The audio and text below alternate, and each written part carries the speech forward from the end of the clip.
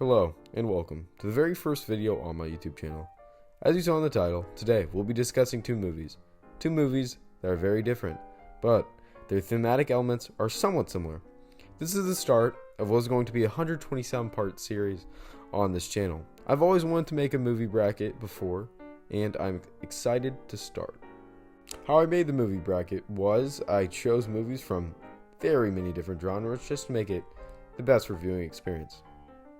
These movies were chosen for one of 5 reasons: worldwide box office, franchise films, their IMDb popularity, GOAT films on the Rotten Tomatoes list, and if I just wanted them in the bracket. You might be wondering how we choose the winner between these films. For the first round and the first round only, it's going to be a best 2 out of 3 series to decide the winner.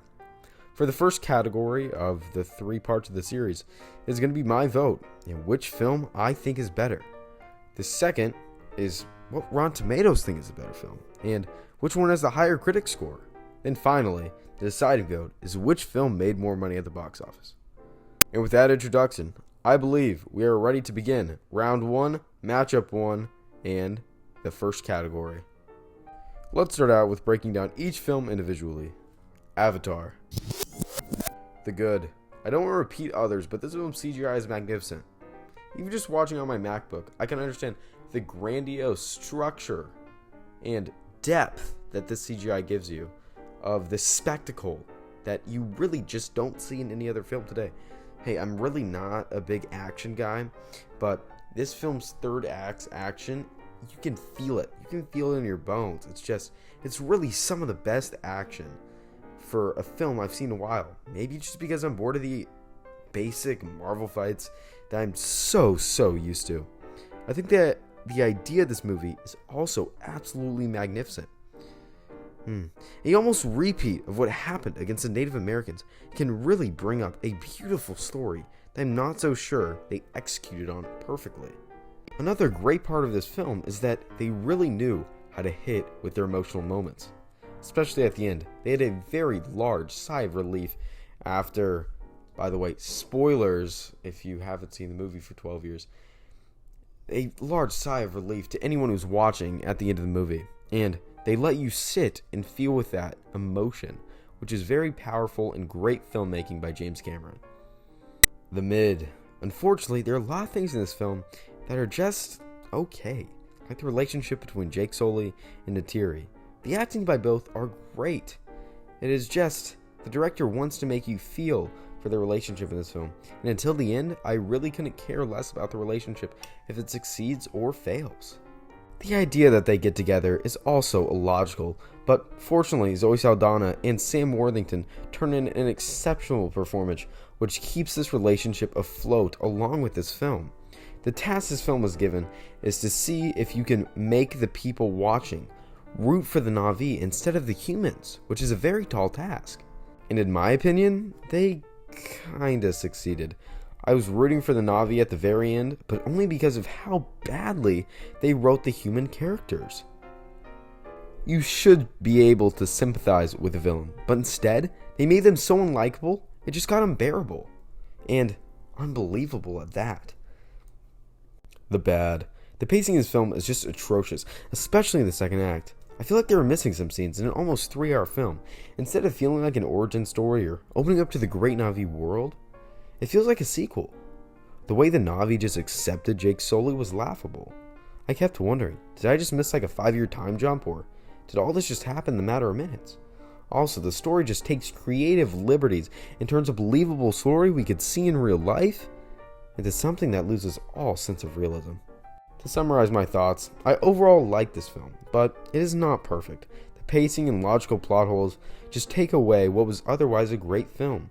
My official rating in the first round, remember I can change it in the second round if I want to, is a 5.8 out of 10. Now, let's talk about the Chinese film The Battle at Lake Changjin. The Good. The action in this film was nothing short of breathtaking and just amazing. The cinematography was phenomenal and just so showcased what a real battlefield would look like in the 1950s. The realism in the action. The movie does not rely on a CGI schlockfest, yet it has its moments. Instead, it takes a personal look at the battlefield following these soldiers. Other than the action, I truly believe the emotional bits hit really well, especially with the death of the soldier. Sorry, I don't want to butcher any names, so I won't be saying any of the characters of the film just because I simply cannot pronounce them. If you've seen the movie, you know what soldier I'm talking about. But back to the cinematography, but truly is my favorite thing of this film. The camera itself tells a story, and you can just feel the way soldiers are feeling, and I need no dialogue in this film. I need no loud sound effects. I just need to see the camera move, and there's something truly beautiful about that to filmmaking. And the battle at Lake Changjin really painted a beautiful picture of that. This film was very gory, to say the least, which isn't really a bad thing, but sometimes the CGI of it doesn't look all that great. The pacing was very good for the first 3/4 of the movie until the second half of the third act. After the emotional death of the soldier, I'm not quite sure why the movie did not just end there. After the emotional death of one of the main characters of this film, sacrificing his life for all the other soldiers, they decide to instead just go to another show, a montage of battles that did not go along with the main story. Yes, it showed our same tribe, but it wasn't the story that they've been showing us the whole time. But the pacing of this film was really good until that happened. And unfortunately, that final part just took me out of the story. I was so appalled at the movie, and it really did hurt my viewing experience in the end, and it will affect its rating. Unfortunately, I thought the story was just okay. While reading up on this film, I attained the knowledge that this film used a lot of creative liberties while creating the story, which makes sense. This is a Chinese propaganda film, but honestly, I didn't feel the Chinese patriotism as much as I thought. So that was interesting, which is not that big of a deal, but I just thought I should address that this film does take many creative liberties to make the Chinese look better than they are, and they killed more American soldiers than they really did in the real battle. Also, to address the same themes that Avatar did, what it really dives into is they have to make me root for the Chinese over the Americans, and I am American, and I don't think they did that better than Avatar. But the only reason why I think they did that better than Avatar is because they weren't making the Americans just look absolutely horrible, dumb, stupid. All they care about is one thing, and that's cash, which is true in its own right. But Avatar just takes it to an extreme that's just unbelievable. And the battle at Lake Changjin, I'm sorry if I'm not pronouncing that right. I'm not trying to be rude to anyone or any race. It's just, they do it worse, but it's because the writing's better, which is actually interesting to say. So, yeah, let's get to the bad.